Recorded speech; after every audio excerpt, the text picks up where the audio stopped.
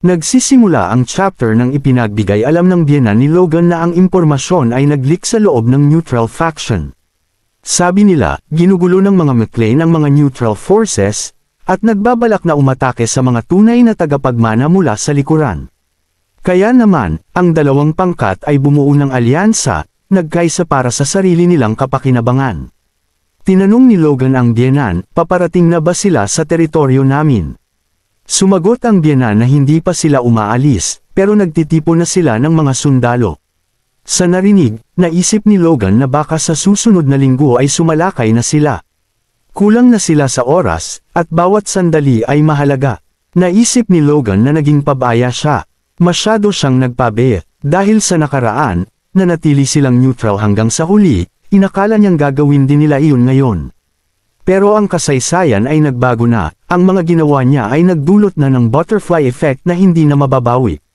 Ito ang dahilan kung bakit itinigil nila ang labanan sa loob ng isang buwan pagkatapos ng Harren Castle. Gamit ang pagtataksil bilang dahilan para alisin ang trono sa panig nila. At kung makukuha muna nila ang recipe ng liberation, magkakaroon sila ng bentahe sa digmaan. Hindi ito masamang deal para sa kanila, sa katunayan ay napakabuti nito. Nakita natin si Logan na malalim ang iniisip, seryoso ang mukha. Tinanong ng biyenan, ayos ka lang ba? Sinabi ni Logan na ayos lang siya at humingi ng tawad, at sinabing tatapusin na niya ang tawag. Ngunit bago iyon, tinanong ng biyenan, may plano ka na ba? Na may nakakalokong ngiti, sinabi ni Logan, oo naman. Hindi naman ito lubos na hindi inaasahan. Naisip ko na ang posibilidad na ito noon pa. Kilala ko ang sakam na ugali ng mga noble.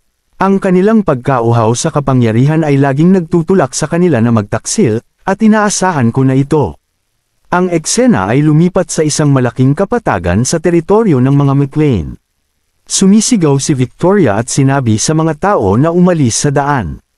Sinabi niya sa lahat na gumalaw, mga golem, dumadaan. Nang makita ang golem, nagulat ang mga magsasaka at natigilan. Tumingin kay Victoria, nagtanong ang isa, ang bata bang iyan ang kumokontrol sa mga golem?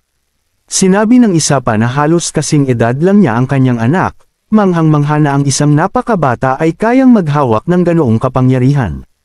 Mabilis na ginabayan ng mga tao ang golem sa daan nito. Pagdating ng golem sa destinasyon, ang malaking tipak ng putik ay bumagsak sa lupa at gumawa ng makakapal na pader. Humingi ang mga magsasaka ng susunod na pangkat ng mga golem.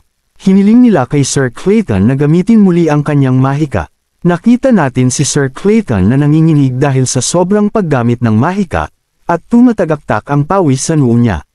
Sinabi ni Hammer kay Sir Clayton, mga 100 beses na lang at matatapos na. Habang nanginginig, sinabi ni Sir Clayton, sa tingin ko, narinig ko na yan ng 20 beses.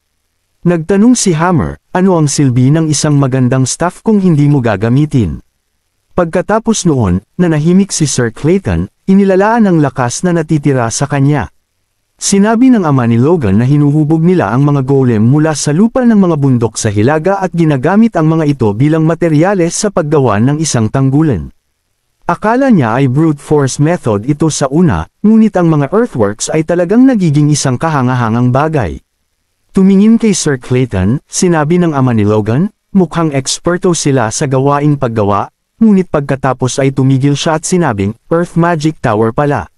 Sinabi niya kay Logan na siguraduhin na mabibigyan sila ng tamang bayad at bakasyon para sa kanilang pagsisikap. Tumingin sa mapa, naisip ni Logan na ang tanggulan ay itatayo sa silangang bahagi ng bagong McClane Plains. Kilala na ang bayan ng McClane ay ang kanilang sentro. Kaya kung ang mga kaaway ay magkakaisa, sa halip na sayangin ang kanilang lakas sa pag-atake sa mga kastilyo sa Beffrose Plains, malamang na direktang puntiryahin nila ang bayan. Kaya dapat silang magtayo ng tanggulan dito para sa depensa. Habang nag-aalala, tinanong ng ama ni Logan, ang iyong master, ang Sword Duke, may nasabi ba siya?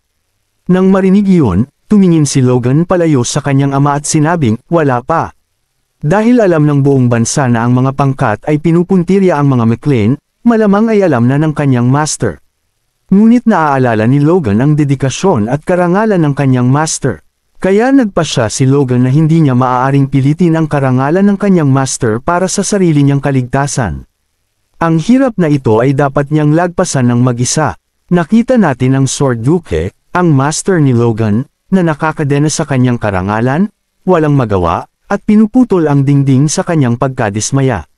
Nang makita ang kalagayan ng Sword Duke at hindi siya kayang lapitan, labis na nag-alala ang Duchess at tahimik na nanlumo. Isang linggo ang lumipas, sa teritoryo ng McLean, ipinagbigay alam ni Sir Clayton kay Logan na matagumpay na natapos ang tanggulan. Dahil ito ay itinayo sa loob ng wala pang kalahating buwan, ang istruktura nito ay pinasimple, ngunit ginawa itong malaki at matibay hanggat maaari. Sinabi ni Logan, may moat pa kayong inihanda, napakagaling na gawa. Nag-aalangan muna si Sir Clayton at pagkatapos ay sinabing, bilang tagalikha ng tanggulan, baka mapangahas ito, ngunit nais kong bigyan ang tanggulang ito ng pangalang Aegis. Sinabi ni Logan, ang kalasag ng mga Diyos, di ba? Sana ay totoong ang kasama nila ang mga Diyos, tulad ng pangalan. Iniutos ni Eileen sa mga sundalo na may crossbows na itutok sa mga kaaway na dumarating mula sa silangan, ngunit huwag kalimutan ang mga maaaring dumating mula sa hilaga. Tumanggap ang mga sundalo ng utos ng may disiplina. Iniutos ng Knight Commander sa mga unit ng Vigilante 1 hanggang 5 na sumunod sa kanya. Sinabi ni Victor sa kanyang kapatid na babae na huwag siyang lalayo sa kanya at sa iba.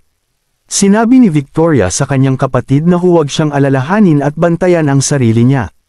Pagkatapos ay hinaypa ng isa sa mga sundalo ang tambuli at sumigaw. May nakitang mga kaaway sa unahan, dumarating mula sa silangan. Binalutan ni Logan ang kanyang mga mata ng aura para tingnan ang mga kaaway.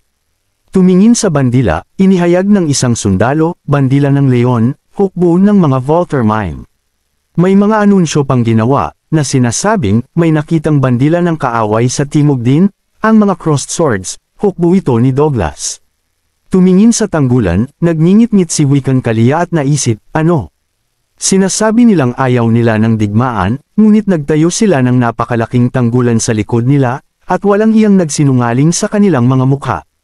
Naisip ni Wiccan Kalia na nagsisimula siyang mag-alinlangan na si Logan ay talagang alagad ng Sword Duke. Sa pagtawag kay Juan Douglas bilang kamahalan, sinabi ni Wiccan Kalia sa kanya, kung hindi siya naglagay ng isang tao upang bantayan ang Sword Duke, baka hindi nila kailanman nalaman.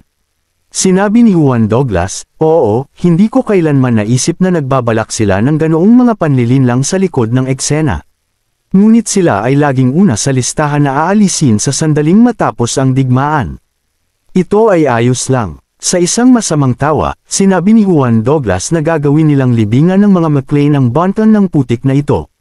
Nagngingit-ngit si Valtermin at tinawag ang mga McLean na mga taksil na parang paniki. Matagal na siyang niloloko ng mga ito. Pinaalalahanan siya ng strategist ni Valtermin na hindi niya dapat kalimutan ang tunay na layunin ng digmaan na ito. Sa pamamagitan ng digmaang ito, dapat nilang nakawin ang bagong formula ng armas ng mga McLean. Sinabi ni Voltermine na naaalala niya, at kukunin nila ito ng walang pagkabigo, bago pa makuha ng bastardong si Juan. Tumingin sa dami ng mga tropa ng kalaban, sinabi ng ama ni Logan na, ang plano mo ay parang hindi gagana. Na may ngiti, sinabi ni Logan, gagana ito, wala silang pagkakaisa. Maliban sa isang pansamantalang alyansa. Bukod pa rito, mayroon silang mga paraan para kontrahin ang kanilang aura, naisip ni Logan. Pagkatapos ay itinaas ni Logan ang kanyang espada at sinabing, mananalo tayo. Inutusan niya ang lahat ng tropa na maghanda para sa labanan. Si Eileen at ang kanyang nakababatang kapatid, si Victor, at ang mga mage ng Earth Magic Tower, si Sir Clayton at isa sa mga pinagkakatiwalaang tauhan ni Logan, ang ama ni Logan, at ang Knight Commander ay naghihintay ng utos ni Logan ng may determinasyon.